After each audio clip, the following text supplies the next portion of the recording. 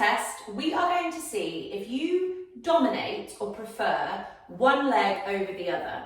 So when I'm working with clients, one of the most kind of like typical things that I see is that somebody will have a leg that they have deemed bad. They have their bad knee, their bad hip, their bad ankle. And often, if someone has got one symptom, say on their right leg, they will notice that they have a chain of symptoms on their right leg. So their right leg might be the one that they have plantar fasciitis on. It might be the one where they had the knee replacement.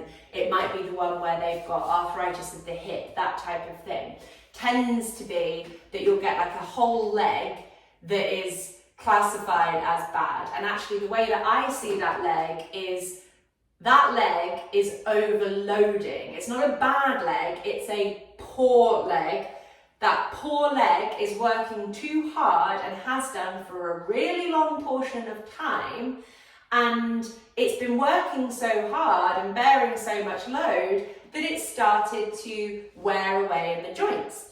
And then what often happens when someone goes to that kind of typical Western model of symptom chasing is that person will get told to strengthen that leg, which is actually the worst thing that they can do, because what they're doing is adding more burden on a leg that is already working too hard. What is the remedy for this? Often, not always, often I find it's simply about getting the other leg that we have ignored to switch on. It is so frustratingly simple. So that's what we're going to test today. Firstly, if you are somebody who has symptoms on one leg and not on the other, you have a very easy choice to make. You are going to go to the side that doesn't hurt you as much or at all. So if you have symptoms of pain or your right leg is more painful than your left, you are literally just going to take your pelvis slightly to that left-hand side and pin into the foot, or vice versa. If you've got pain on your left leg, go towards the right-hand side. So we are going to relax the toes. We're going to pin into our big toe joint here. We're going to try and keep the knee straight on this leg. And I've just taken my pelvis slightly towards the left-hand side, so it takes that load off my right foot and it forces a little bit more load through my left foot. We're just going to stay here and see what happens. If you don't have symptoms of pain in one leg or the other, I want you to do your standing assessment, or everyone should really do their standing assessment. See how you feel, where is your pain, where is your tension, but really tune into your weight distribution here. So if you are just noticing, okay, my right leg doesn't hurt, but I've got more weight on it, which is probably true for me right now. I can feel that I'm sort of over to my right-hand side. I'm going to go to that side where there is less weight on it. So I'm going to go to that left-hand side. And we're just going to hold this here. So what we are doing is testing to see what happens in our body. Oh, I'm going to sneeze. Sorry.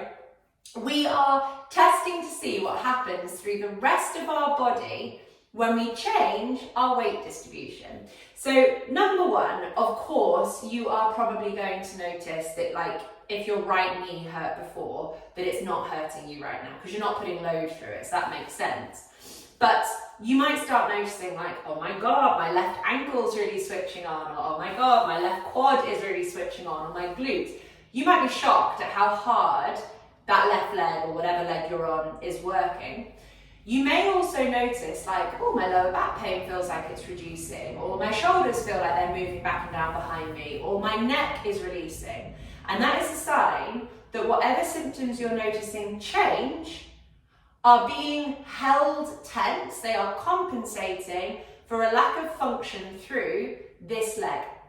And when you do this test, I also really want you to tune into which part of your leg it feels like is working the hardest, because that also gives you a clue. So for some people, when I get them doing this, it's like immediately the glute that is screaming, the lateral hip area here, and that would indicate that that's kind of where they need to focus. For other people, it might be that their quad is like suddenly on fire, and that's an indication that they should work on their quad. And then for other people, it's just all about their foot, their ankle, their calf, which is an indication that we need to work on that specific foot on that side of the body.